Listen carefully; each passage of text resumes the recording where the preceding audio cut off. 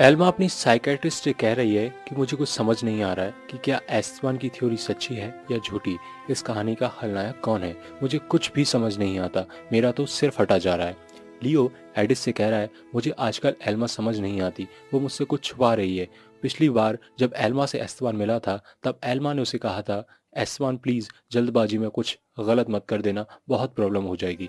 एस्टवान ने कहा था, मुझ पर भरोसा रखो, मैं सब संभाल लूंगा। आज उसने दारियो को न सिर्फ बेहोश किया बल्कि एक बड़ी सी पॉलिथीन में भर कर ले जा रहा है।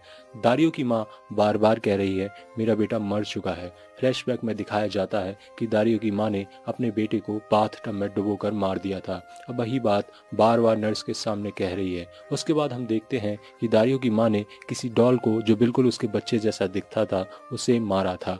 एल्मा को अब बुरे बुरे सपने आ रहे हैं। उसने देखा कि एस्तवान को दारियो ने मारकर स्विमिंग पूल में फेंक दिया है। वो दौड़ते हुए एस्तवान के पास पहुंची। एस्तवान ने वो पॉलिथीन जिसमें लाश थी उसे जंगल में फेंक दिया था।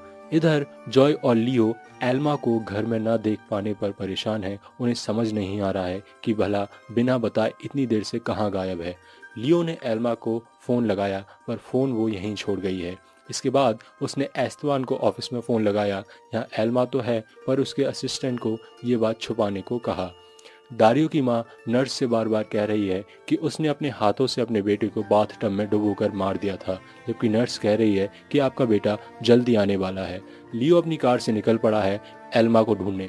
उसे पूरा यकीन है कि एल्मा और एस्तवान जरूर कोई खिचड़ी पका रहे हैं। फ्लैशबैक में दिखाया जाता है कि लियो अपने आप में कई राज लिए बैठा है। उसने किसी पर गोली चलाई थी, वो शख्स कौन था ये अभी रहस्य है। एल्मा भी एस्तवान को ढूंढ रही है। उसके मन में द्वंद्व है, आखिर दोषी कौन है और कौन निर्दोष। वो दारियो के ऑफिस पहुंचती है पर दारियो यहाँ नहीं है। अपने ऑफिस जब एस्तवान पहुंचता है वो एल्मा के मिस कॉल देखता है। उसने फोन कर कहा, मुझे माफ करना, मैं फोन नहीं उठा पाया। लियो एल्मा का फोन एस्तवान के सामने लाता है, कहता है, एल्मा नहीं, मैंने एल्मा के फोन से तुम्हें कॉल किया था। एल्मा गाड़ी पीछे करती है। एक शख्स उससे टकराकर गिर जाता है। एल्मा देखती है वो कोई और नहीं दारियो ही है।